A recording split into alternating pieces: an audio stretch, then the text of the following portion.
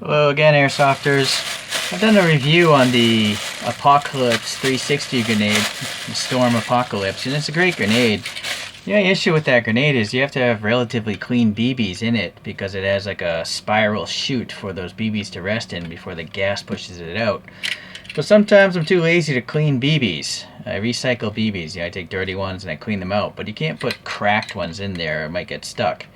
So my friends have these things. They're just spring-loaded, super cheap grenades, and I bought this online. This one says Kale Duck, but I've seen other ones with they're just different colors without any printing on it.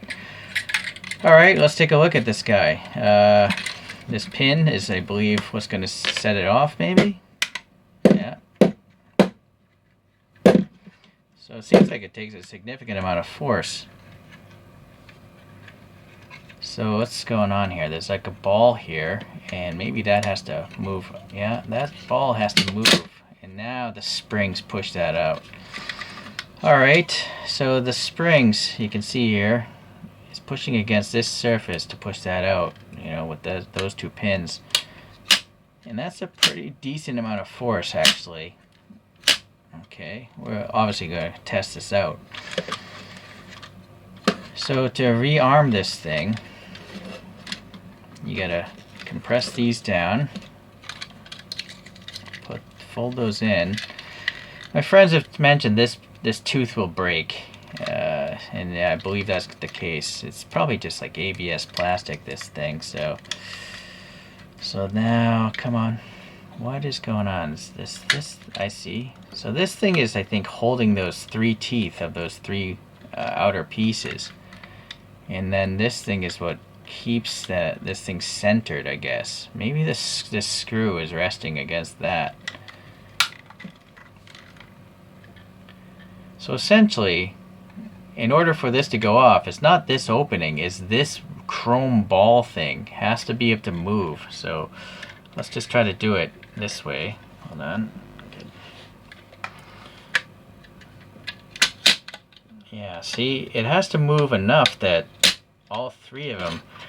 That's kind of weird, right? I'm just look inside there, but I can't. I see it. If we look in this groove,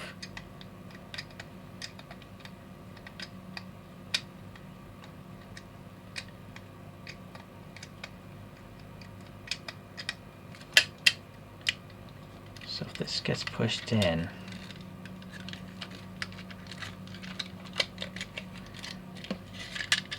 I'm trying to decipher if it goes below or above the piece here.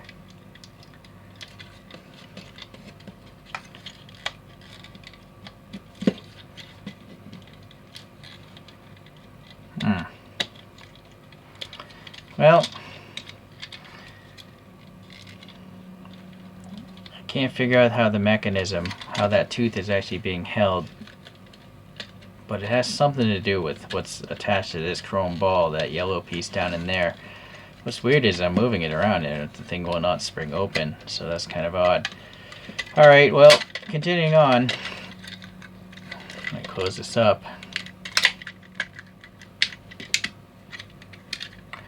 I can see why that tooth breaks, because it's taking a pretty good amount of force for me to push this thing together. Alright. So right now it's quite loose because they're all evenly in place, and then it's held there. Alright, so the pin, I think, is probably necessary because it's this plastic piece holding that chrome thing from moving around. So now when you load this thing, you got to undo this, and my friends have lost these, so it's advisable that you maybe drill a hole through this and run some fishing line somewhere else, so you can take it off but not lose it. Alright, so essentially now you would feed this full of BBs, and my friends are putting dirty BBs with twigs and random pieces of junk. As long as it falls through there, that's fine. It's going to shoot at anything. I mean, you could theoretically fill this up with gravel or dog food, and it'll work. You know, some kibble or what are those, hamster gerbil food. Those are pretty small. Alright, well that's it. I'm not sure if it's even worth servicing something so inexpensive. I think I paid like $5 for each one of these things, yeah, maybe even less.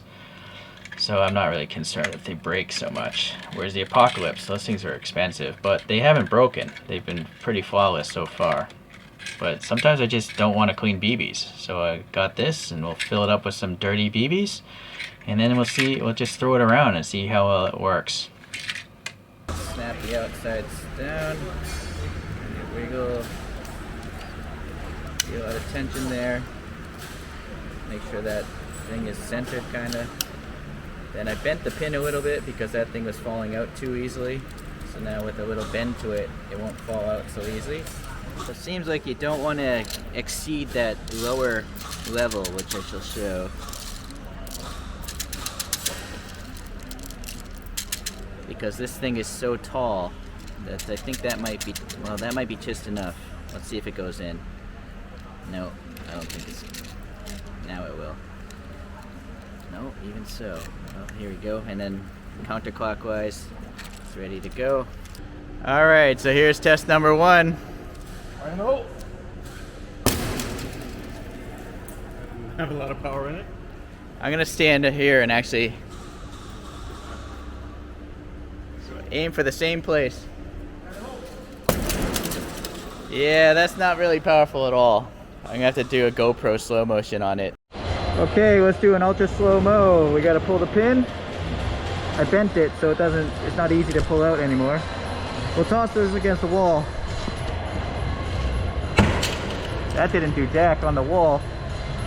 Not much on the floor either. Let's try another one.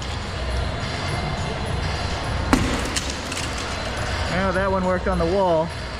So it's spring powered. I don't think you're gonna get much action, so let's try the concrete.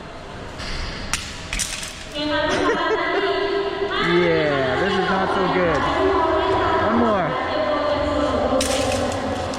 Alright, so now you know. We'll see what the slow-mo looks like, but they're not very good.